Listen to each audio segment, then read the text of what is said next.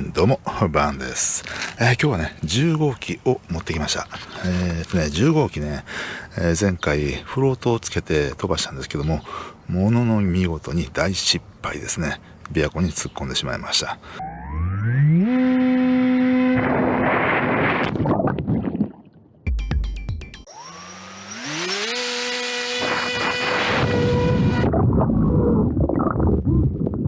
で一旦ねフロートは取り外してきました。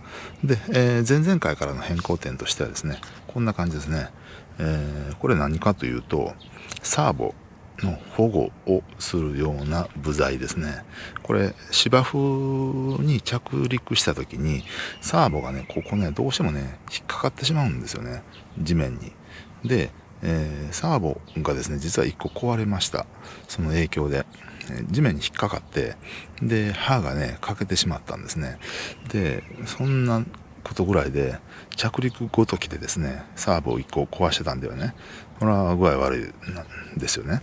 なのでとりあえずこんな風にして、着陸した時にサーボがこう芝生に引っかからないようにしたんですけども、果たしてこんなんで、うまく、目的がね達成されるのかどうかってとこですね。とりあえず、試していきます。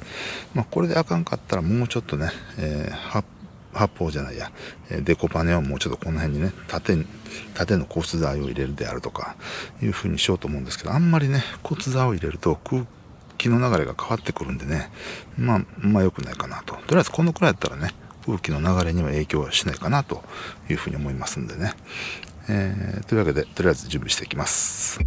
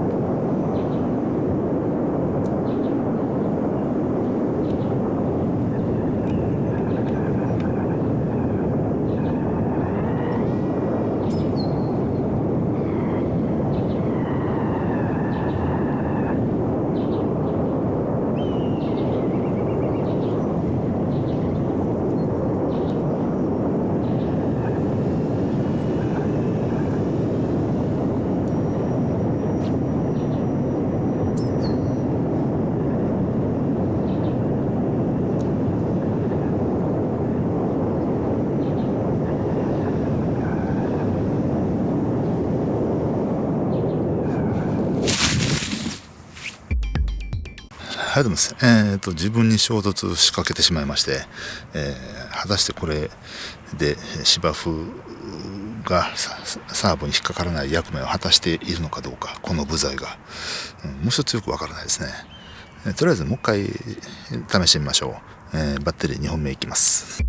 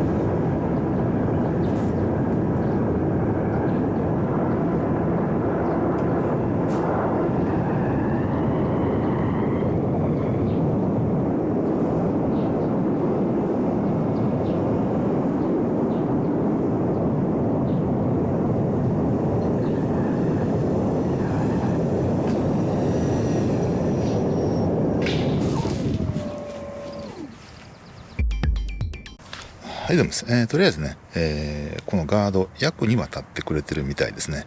ただ、ハードランディングした時に、果たして役立ってくれるかどうかってところはありますけども、ハードランディングはしたくないですよね。ハードランディングっていうのは、激しい着地ということですね。あとそれから上空からね、降りてくる時に、試しに、わざと切りもみ入れてみました。